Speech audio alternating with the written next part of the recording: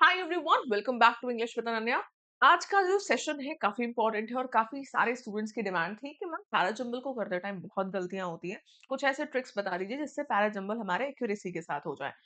तो आप ही की डिमांड पे ये सेशन हम लेकर आए हैं। 5-7 मिनट का सेशन होगा, स्टार्टिंग से लेकर एंड तक देखना। और इस सेशन के बाद आपकी गलतियां होना बहुत कम हो जाएंगी और पैराजंबल्स आप पूरी एक्यूरेसी से कर पाओगे। ठीक है। कुछ रूल्स, कुछ ट्रिक्स आपको बताने जा रही हूँ जो आप यूज करेंगे पैराजंबल्स को सॉल्व करने के लिए। ठीक है। आइए शुरुआत करते हैं। सबसे पहली चीज फ्लो की बात करते हैं कि जब कोई पैराजंबल आता है ना, तो हमारा क्या एक्चुअल में फ्लो रहता है पैराजंबल का। क्या क्या कैसे कैसे आता है पैराग्राफ में। पैराजंबल का मतलब होता है एक पैराग्राफ जिसको शफल अप कर दिया गया है और उसको आपको सही से अरेंज करना है। फ्लो होता है कि सबसे जो हमेशा टॉप का स्टेटमेंट होता है, पहला स्टेटमेंट होता है, वो इंट्रोडक्शन होता है कि किस बारे में पैसेज है, थीम बता रहा होता है, किसी चीज की डेफिनेशन लिखी होती है। उसके बाद कोई टॉपिक है तो उसके बारे में डिटेल्स लिखी होती है। ठीक है। उसके बाद क्या होता है, कोई अगर इश्यू मेंशन्ड है, कोई प्रॉब्लम मेंशन्ड है तो उसके बारे में लिखा जाता है।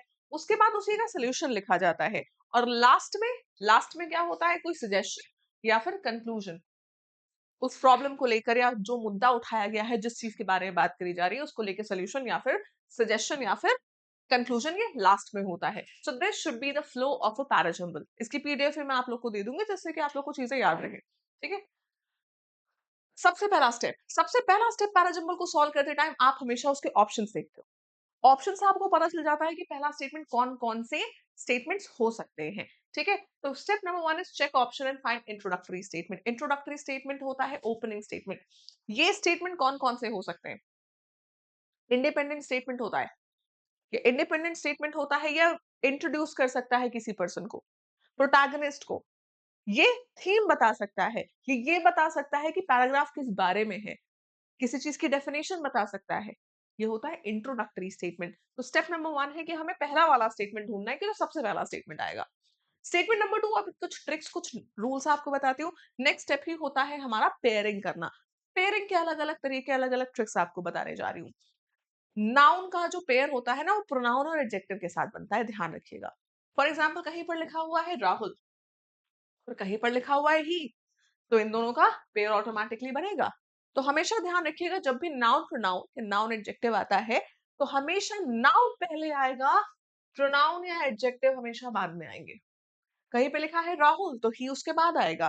कहीं पे लिखा है राहुल और फिर इसके लिए लिखा है स्मार्ट या कोई भी एडजेक्टिव लिखा है तो ये हमेशा इसके बाद आएगा। ठीक है। तो पेयरिंग क्या है, नाउन के साथ प्रोनाउन हमेशा बाद में, नाउन के साथ एडजेक्टिव हमेशा बाद में आएगा, अगर बाद में उसको डिफाइन किया गया है। कभी कभी हमारे पास होता है इट एज अ प्रोनाउन, तो चलो खैर बाद में आएगा, किसी चीज को अगर डिफाइन कर रहा है। लेकिन इट अगर सूडो सब्जेक्ट का काम कर रहा है, कभी कभी होता है इट से स्टेटमेंट स्टार्ट होता है। ठीक है। It's a happening day, it's a nice day, it's a wonderful day, it is लिखा है तो ये स्टार्टिंग वाला है। ऐसे में जरूरी नहीं है कि वो नाउन के बाद में आए। That's it. अदरवाइज प्रोनाउंस हमेशा नाउन के बाद में आएंगे, एडजेक्टिव्स हमेशा नाउन के बाद में आएंगे। ठीक है।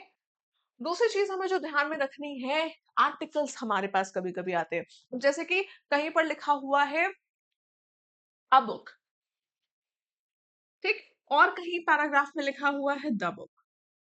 तो इतना आपके दिमाग में होना चाहिए कि ये पहले आएगा और ये बाद में आएगा। जब आप किसी चीज को डिफाइन करते हो ना, तो हमेशा ए और एंड की यूज करके करते हो। फिर अब ये चीज डिफाइन हो गई है, दोबारा इसको मेंशन करोगे तो डेफिनेट आर्टिकल के साथ मेंशन करोगे। तो कीप इन माइंड कि हमेशा ए एंड पहले आता है और हमेशा डेफिनेट आर्टिकल द बाद में आता है। डन है। नेक्स्ट चीज देखना। नेक्स्ट हमारे पास क्या है, जितना जनरल स्टेटमेंट है वो उतना पहले आएगा, जितना कस्टम या डिटेल वाला स्टेटमेंट है वो बाद में आएगा। फॉर एग्जाम्पल मैं बात करी हूँ इंडिया में कौन कौन सी फर्म्स या फैक्ट्रीज हैं, तो सबसे पहले मैं बात करूंगी इंडिया में इतने मतलब बहुत सारी टाइप्स की फैक्ट्रीज हैं। नेक्स्ट मैं स्टेटमेंट लिख सकती हूँ, या उस एक स्टेटमेंट जो जिसमें लिखा है कौन कौन सी फैक्ट्री है, जैसे कि इम्पोर्ट मतलब लोहा वाली है, मेटल्स वाली है, और फूड इंडस्ट्री है, और कन्फेक्शनरीज की है। तो ये थोड़ा ज्यादा कस्टमाइज्ड है, थोड़ा ज्यादा कस्टम है, डिटेल्स बता रहा है, तो ये स्टेटमेंट बाद में आएगा। तो जेनरिक स्टेटमेंट हमेशा पहले आता है, कस्टम वाला हमेशा बाद में आता है।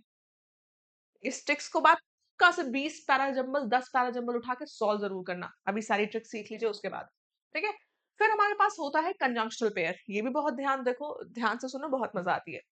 कुछ तो कोरिलेटिव कंजंक्शंस होते हैं, उनका पेयर बन जाता है। किसी स्टेटमेंट में नॉट ओनली लिखा है, किसी में बट आल्सो लिखा है, बन गया पेयर। किसी में आइदर लिखा है, किसी में और लिखा है, बन गया पेयर।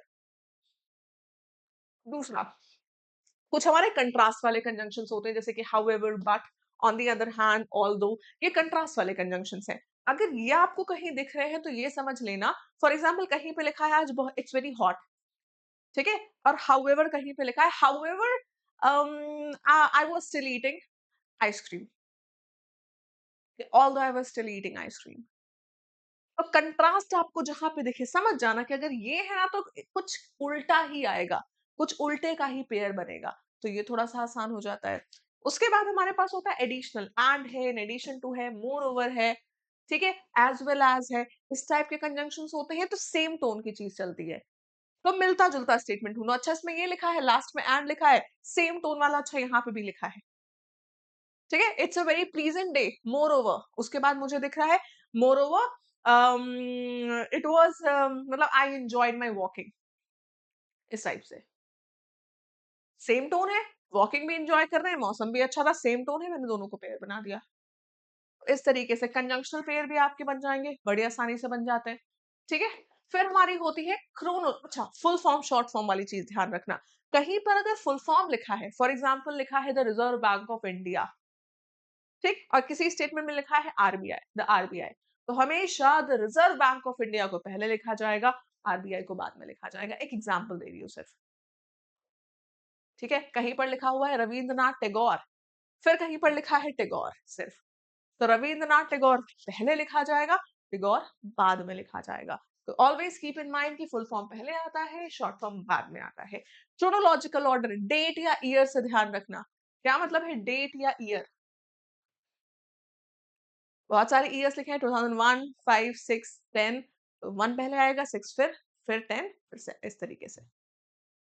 ईयर्स और डेट्स दोनों के लिए सेम है, ठीक है? आई होप मैंने सारी चीज़ें कवर कर दी हैं। सो अब यहाँ पे आपको ऑलमोस्ट सारी ट्रिक्स, सारे रूल्स मैंने बता दिए हैं। मैंने प्रॉमिस किया था 5-7 मिनट का, 7 मिनट ऑलरेडी हो चुके हैं और आपकी सारी ट्रिक्स भी कवर हो गई हैं। इन ट्रिक्स को देखने के बाद क्विकली आप 10-15 क्वेश्चन उठा के सॉल्व करना और मुझे कमेंट करके बताना कि कितनी यूज़फुल रही ये ट्रिक्स, कितनी आपकी हेल्प हुई। और ज़रूर से रेगुलर याद रखो कि पैराजंबल्स की जो की है वो है रेगुलर प्रैक्टिस। तो खूब प्रैक्टिस करिए। मुझे कमेंट सेक्शन में ये भी बताना कि नेक्स्ट वीडियो आपको किस चीज़ पे चाहिए, मैं वो भी लेकर आऊँगी।